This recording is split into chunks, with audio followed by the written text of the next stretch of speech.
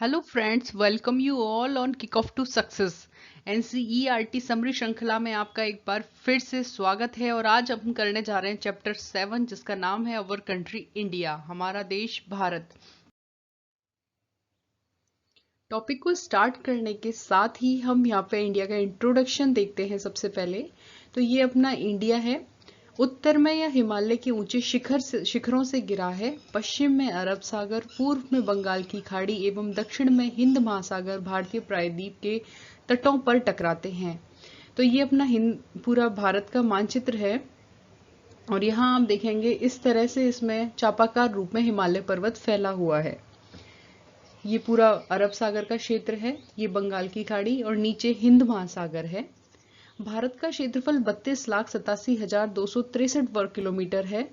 ये हमें रटना ही होता है एक तरह से। मान लीजिए जैसे हम किसी का फोन नंबर रटते हैं या गाड़ी का नंबर रटते हैं, ऐसे ही 32,87,263 आप 2-3 बार बोलेंगे, आपको ये याद हो जाएगा।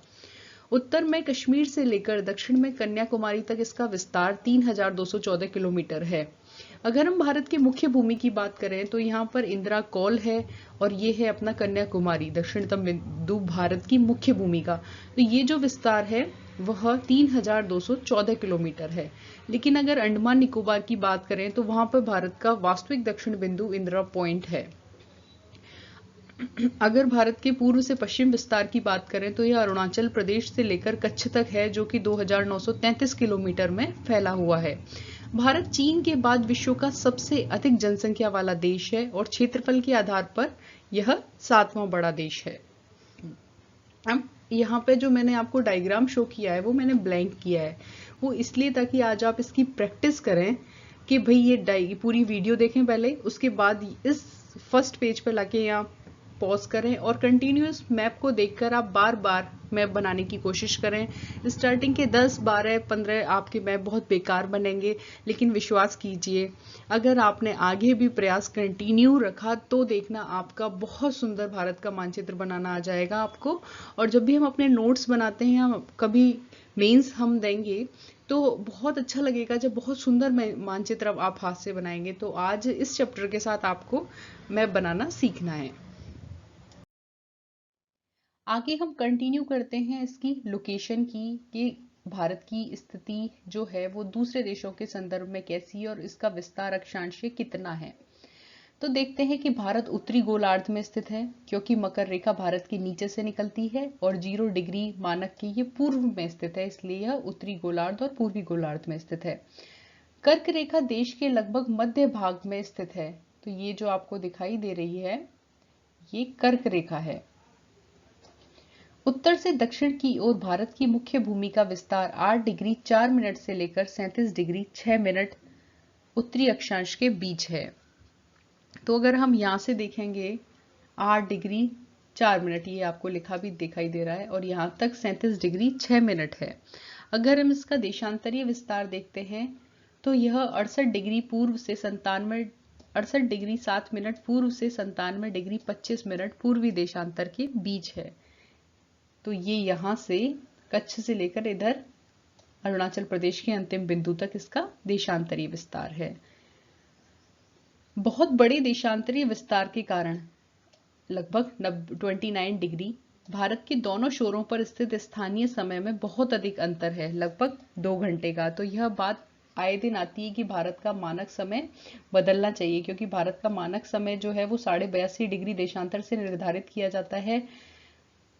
इस वजह से इन दोनों गुजरात से और अरुणाचल प्रदेश जो है वो इस वाले समय की तुलना में बहुत आगे पीछे चलते हैं। तो इस वजह ध्यान में देखते हुए आए बार ये मांग उठती है कि भारत के लिए 2 मानक समय निर्धारित किए जा सके। और पुराने वीडियोस में हमने ये बात करी है, तो आप वो देख सकते हैं। नेक्स्ट हम बात करते हैं भारत के पड़ोसी देशों की। तो ये अपना भारत है और इसकी स्थलीय सीमा जो है, मतलब ये जो इसकी स्थलीय सीमा है ये जो है ये 7 देशों से लगती है। भारत का मोस्ट फेवरेट पड़ोसी पाकिस्तान, अफगानिस्तान, इसकी तो बात थी, चीन की तो बात ही करना गुनाह है। थर्ड पे चीन, नेपाल, भूटान, बांग्लादेश और म्यांमार, ये भारत के 7 ऐसे पड़ोसी हैं जिनसे इसकी स्थलीय सीमा लगती है। श्रीलंका पड़ोसी देश तो है लेकिन इसकी स्थलीय सीमा नहीं लगती है। ठीक है, तो ये इस तरह स्थलीय सीमा से संबंधित प्रश्न आए भारत के पड़ोसी देशों का, तो उसका आंसर हमें 7 करना है। भारत का राजनीतिक एवं प्रशासनिक विभाजन की बात करते हैं तो वर्तमान में भारत में 28 राज्य और 8 केंद्र शासित प्रदेश हैं। 2 जून 2014 की बात कर रहे हैं, तेलंगाना 29वां राज्य बना था, लेकिन 31 अक्टूबर 2019 को जम्मू कश्मीर और लद्दाख को जम्मू कश्मीर नामक केंद्र शासित प्रदेश में विभाजित कर दिया गया, जिससे कि केंद्र शासित प्रदेशों की संख्या हो गई 9 और राज्यों की संख्या हो गई थी, तेलंगाना के होने से जो 29 थी वो हो गई 28। अब 9 दिसंबर 2019 को 19 तक तो दमन द्वीप और दादर नागर हवेली 2 अलग केंद्र शासित प्रदेश हुआ करते थे, लेकिन 9 दिसंबर 2019 को इन दोनों को मिलाकर एक कर दिया गया है। इसलिए अब वर्तमान में 28 राज्य और 8 केंद्र शासित प्रदेश हैं और ये इनकी स्थिति है। इस तरह आप देखेंगे कि ये लद्दाख को बनाया गया है और अलग केंद्र शासित प्रदेश, और ये अपने जम्मू कश्मीर को बनाया गया है केंद्र शासित प्रदेश। तेलंगाना को इस तरह से बनाया गया है, ये आंध्र प्रदेश है, इसकी सीमा एक तरफ आंध्र प्रदेश से लगती है, कर्नाटक से लगती है, महाराष्ट्र से भी लगती है, छत्तीसगढ़ से लगती है। इस तरह यह तेलंगाना की स्थिति है। ये आपको याद रखनी है, एग्जाम्स में पूछा जाता है। एक तो इनकी डेट पूछी जा सकती है और स्थिति के किससे लगता है सीमा। नेक्स्ट हम बात करते हैं भौतिक विभाजन की। भारत में कई प्रकार की भौतिक आकृतियां पाई जाती हैं, जैसे उत्तर में प्रहरी के रूप में स्थित हिमालय पर्वत, मध्य में उत्तरी मैदानी भाग, पश्चिमी भाग में भारतीय मरुस्थल, दक्षिणी भाग अधिकांशतः प्रायद्वीपीय पठार है और तटीय मैदान और द्वीप समूह। अब सबसे पहले हम यहाँ पर उत्तर में फैले हुए हिमालय पर्वत की बात करते हैं। तो जो हिमालय पर्वत है उसकी स्थिति एक चापाकार रूप में इस तरह से फैली हुई है और यह 5 लाख वर्ग किलोमीटर क्षेत्र में फैला हुआ है। लगभग अगर औसतन बात करें तो 2500 किलोमीटर इसकी लंबाई है और 250 से लेकर 400 किलोमीटर तक इसकी चौड़ाई है। उत्तर में यह बर्फ से ढका हिमालय संतरी का कार्य करता है। हिम का अर्थ है बर्फ और आल्य का अर्थ होता है घर, अर्थात बर्फ का घर कहलाता है हिमालय। हिमालय पर्वत पर 3 प्रमुख समानांतर श्रृंखलाएं मानी जाती हैं। जैसे सबसे पहला है इसमें वृद्ध हिमालय, हिमाद्री हिमालय। जो सुदूर उत्तरोत्तर है वह कहलाती है वृहद हिमालय या हिमाद्री हिमालय। दूसरे की अगर हम बात करते हैं तो वह कहलाता है मध्य हिमालय या इसे हिमाचल हिमालय भी कहा जाता है। कृपया करके इनके नामों में कंफ्यूज ना हो, मध्य हिमालय को ही लघु हिमालय भी कहा जाता है। और थर्ड है शिवालिक, ये सबसे दक्षिणी भाग है, इसके बाद मैदानी भाग शुरू हो जाता है। तो इस तरह यह इसकी स्थिति है। हम बात करते हैं वृहद हिमालय की। हिमालय के लिए कई भूगोल शास्त्री यह भी कहते हैं कि प्राचीन समय में यहाँ पर तैथिस सागर का विस्तार था और धीरे धीरे क्या होने लगा, इसमें अवसाद जमा हुए, जिसके फलस्वरूप भूगर्भिक हलचलों के पश्चात मोड़ बन गए और ये ऊंची पर्वत श्रेणियां बनी। चूंकि मोड़ जो पड़े वो धीरे धीरे अलग अलग पड़े, इसलिए ये पर्वत श्रृंखलाएं एक के बाद एक बनती हैं। ऐसा ही नहीं है कि तीनों पर्वत श्रृंखलाएं वृहद हिमालय, मध्य हिमालय और शिवालिक एक ही हैं, अपितु ये एक ना होकर अलग अलग समय में पड़े हुए मोड़ हैं। इसको अब हम देखते हैं वृहद हिमालय को। सबसे उत्तर में स्थित श्रृंखला को वृहद हिमालय या हिमाद्री हिमालय कहा जाता है। विश्व का सबसे ऊंचा पर्वत शिखर माउंट एवरेस्ट, जिसकी ऊंचाई कितनी है 8,848 मीटर, इसी श्रृंखला में स्थित है।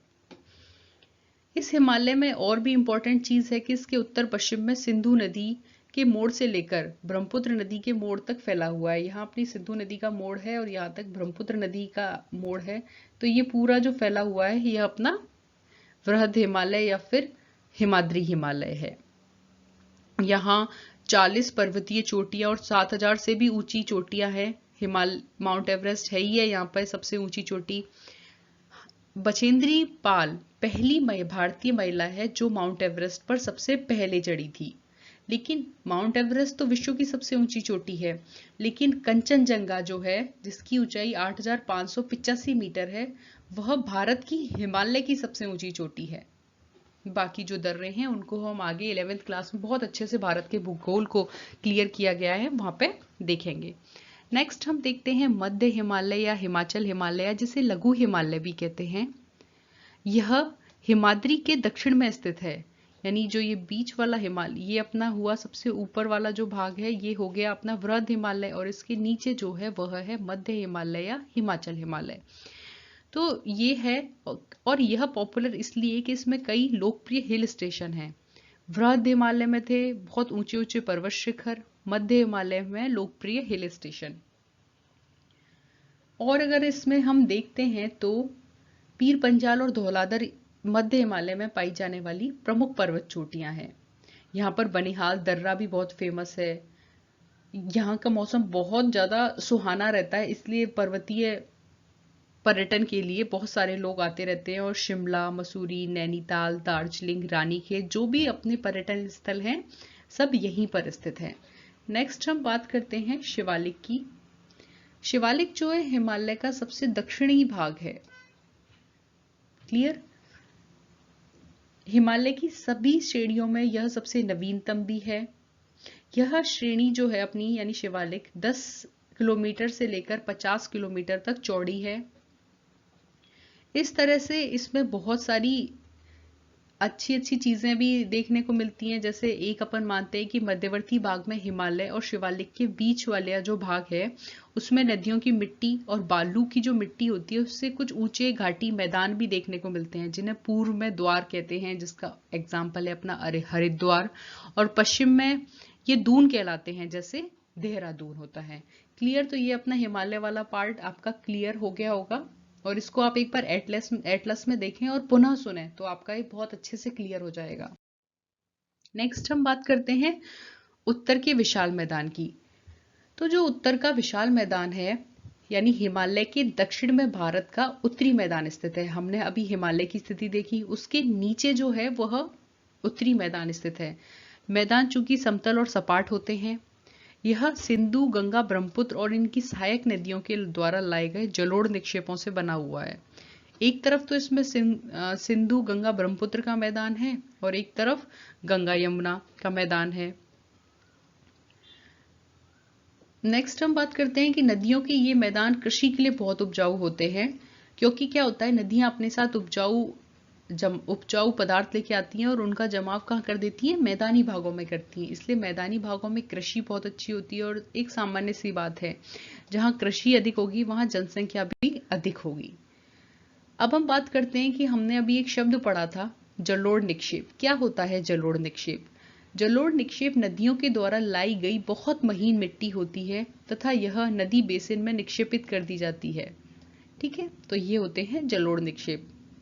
सहायक नदियां, एक नदी या सरिता जो कि मुख्य नदी से में किसी भी तरफ से आकर मिलती है तथा अपने जल को मुख्य नदी में विसर्जित कर देती है, क्या कहलाती है? सहायक नदी।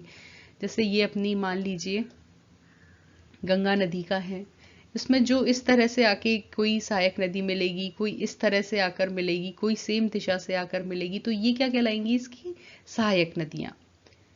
गंगा एवं ब्रह्मपुत्र नदियां विश्व के सबसे बड़े डेल्टा का निर्माण करती हैं, जिसे सुंदरबन डेल्टा भी कहा जाता है। इस डेल्टा की आकृति त्रिभुजाकार है। डेल्टा स्थल का वह भाग होता है जो नदी के मुहाने पर बनता है, यानी नदियां जब समुद्र में प्रवेश करती हैं तो वो छोटी छोटी वितरिकाएं बना लेती हैं अपनी, इस तरह से, जिनके बीच में स्थलीय भाग और दोनों तरफ पानी हो जाता है। तो इस तरह को क्या कहा जाता है? डेल्टा कहा जाता है। और नदी, जिस जगह पर नदी का जल समुद्र में प्रवेश करता है, वो क्या कहलाता है? मुहाना कहलाता है। और सुंदरबन का डेल्टा जो है वो विश्व का सबसे बड़ा डेल्टा है, जहां पर मैंग्रोव वनस्पति पाई जाती है पश्चिम बंगाल में। क्लियर? नेक्स्ट बात हम करते हैं भारतीय मरुस्थल की। यह जो मरुस्थल है, इसकी स्थिति भारत के पश्चिम में है, यानी अरावली के पश्चिम में फैला हुआ है, और पाकिस्तान में भी इसकी स्थिति है।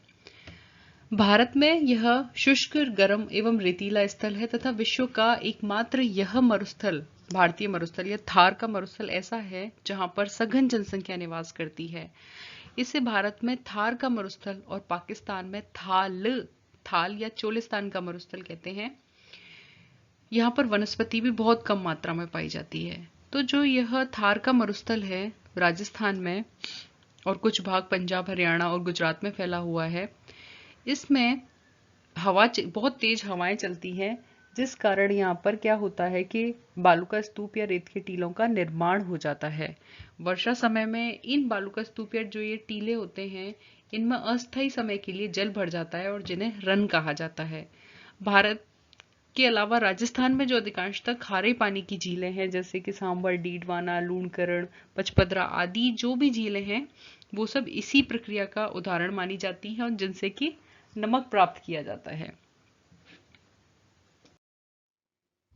नेक्स्ट हम प्रायद्वीपीय पठार की बात करते हैं। तो उत्तर मैदान के दक्षिण में जो प्रायद्वीपीय पठार है, वो विस्तृत और अति प्राचीन लावा से निर्मित है। यह लगभग 7 लाख वर्ग किलोमीटर में फैला हुआ है और 3 ओर से समुद्र से घिरा हुआ त्रिभुजाकार आकृति में है। अरब सागर, हिंद महासागर, बंगाल की खाड़ी इसको तीनों ओर से घेरते हैं। यह जो है अत्यधिक ऊंचे नीचे धरातल का है और यहाँ पर बहुत सी पहाड़ियां और घाटियां हैं, जैसे अरावली पर्वत श्रृंखला है जो कि प्राचीन और वलित पर्वत है। विंध्याचल और सतपुड़ा, जहाँ से नर्मदा और ताप्ती निकलती हैं, ये सतपुड़ा और ये विंध्याचल है। नेक्स्ट पश्चिमी घाट की बात करते हैं। तो ये जो पूरा ब्राउन कलर में आपको दिखाई दे रहा है, ये है पश्चिमी घाट और इस तरह से पूर्वी भाग में जो है वह है पूर्वी घाट। यह लगभग दक्षिणी पूर्वी राजस्थान के कुछ भाग में गुजरात, झारखंड, मध्य प्रदेश, छत्तीसगढ़, उड़ीसा, महाराष्ट्र, आंध्र प्रदेश, कर्नाटक, तमिलनाडु और कुछ केरल के भाग में विस्तृत है। नेक्स्ट हम देखते हैं तटीय मैदान। देखिए, आप एक बार इसका बेसिक अपन समझ रहे हैं 9th में, फिर आगे चल के 11th में बहुत अच्छे से डीप एक्सप्लेनेशन दिया गया है, जो पढ़ के मजा आएगा आपको। तो एक बार इसको अपन देखते हैं। तटीय मैदान पश्चिमी घाट के पश्चिम में एवं पूर्वी घाट के पूर्व में तटीय मैदान स्थित है। ये जो ब्लैक लाइन आपको दिखाई दे रही है, ये पश्चिमी घाट है, पश्चिमी घाट के पश्चिम में। और इस पश्चिमी घाट के बाद जो ये भाग आपको दिखाई दे रहा है सकरासा, यह है अपना तटीय मैदान। इसी तरह पूर्वी घाट के पूर्व में जो ये भाग दिखाई दे रहा है आपको, ये है पूर्वी तटीय मैदान। पश्चिमी तटीय मैदान काफी सकरे हैं, जबकि पूर्वी तटीय मैदान अपेक्षाकृत चौड़े हैं। पूर्वी तटीय मैदान से पूर्व की ओर बहने वाली कई नदियां जैसे यहाँ से निकलती हैं और गिरती हैं इस तरह से। इनमें महानदी, गोदावरी, कृष्णा, कावेरी प्रमुख नदियां हैं, जो कि ये अपना बंगाल की खाड़ी का क्षेत्र है, इसमें गिरती हैं। ये नदियां अपने मुहाने पर उपजाऊ डेल्टा का निर्माण करती हैं। बंगाल की खाड़ी में गंगा व ब्रह्मपुत्र नदियों के मुहाने पर सुंदरबन डेल्टा स्थित है, जो कि मैंग्रोव वनस्पति पाई जाती है यहाँ पे। अगर हम इसकी विपरीत बात करें तो यहाँ पर अपनी थी विंध्याचल और सतपुड़ा, इनके मध्य में से क्रमशः नर्मदा और ताप्ती नदियां निकलती हैं, जो कि एस्चुरी का निर्माण करती हैं। इस तरह ये प्रश्न बहुत पूछा जाता है कि भारत में कौन सी नदियां हैं जो डेल्टा का निर्माण नहीं करती हैं, तो नर्मदा और ताप्ती, या फिर ऐसे भी पूछा जा सकता है कि एस्चुरी का निर्माण करने वाली नदियां हैं, तो वो हैं अपनी नर्मदा और ताप्ती। नेक्स्ट देखते हैं द्वीप समूह। भारत में 2 द्वीप समूह हैं, जैसे ये आपको यहाँ दिखाई दे रहा है, ये लक्षद्वीप है और ये वाला जो है ये अंडमान निकोबार है। लक्षद्वीप समूह अरब सागर में स्थित है और ये केरल के तट से कुछ दूरी पर स्थित है और यह कैसा है, एक प्रवाल द्वीप है। याद रखने वाली चीज है, क्वेश्चन बहुत पूछा जाता है कि भारत में प्रवाल द्वीप कौन सा है, तो लक्षद्वीप कैसा द्वीप है, प्रवाल द्वीप। अंडमान निकोबार द्वीप समूह भारत के दक्षिण पूर्व में व बंगाल की खाड़ी में स्थित है। अब यहाँ पर एक शब्द आया है कि प्रवाल क्या होता है। प्रवाल छोटे समुद्री जंतुओं के कंकाल होते हैं, जिन्हें पॉलिप कहा जाता है। ये जब एक जीव मर जाता है तो उसका कंकाल बच जाता है, उस कंकाल पर दूसरा जीव आके रहने लगता है और धीरे धीरे वहां अपनी वृद्धि और विकास करता है। वह जीव भी उस कंकाल पर चिपक के मर जाता है और धीरे धीरे एक के बाद एक के बाद जीव क्रमशः आते हैं, उस पर रहते हैं और मर जाते हैं, जिससे क्या हो जाती है कि यह पॉलिप की वृद्धि इस ठोस कंकालों के ऊपर होती रहती है, जो बढ़ते बढ़ते काफी ऊंचे हो जाते हैं और अगर वो द्वीप के आकार में बड़े हो जाते हैं तो इन्हें प्रवाल द्वीप का निर्माण करते हैं।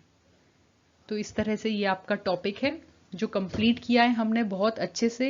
और एक चीज और है कि लक्षद्वीप जो है ये अरब सागर में इसकी स्थिति है। लक्षद्वीप का अर्थ होता है 1 लाख द्वीप। यहाँ पर नारियल के वृक्ष बहुत ज्यादा मिलते हैं। तो छोटी छोटी चीजें हैं जो आपको याद रखनी है। वीडियो को 2-3 बार आप देखा कीजिए और आप में से ज़्यादातर वीडियो को देखते हैं लेकिन लाइक और सब्सक्राइब शेयर नहीं करते हैं। तो मेरा आपसे विनम्र निवेदन है कि आपको वीडियो अच्छा लगता है तभी आप उसे एंड तक देखते हैं, तो सब्सक्राइब भी आप किया कीजिए। धन्यवाद।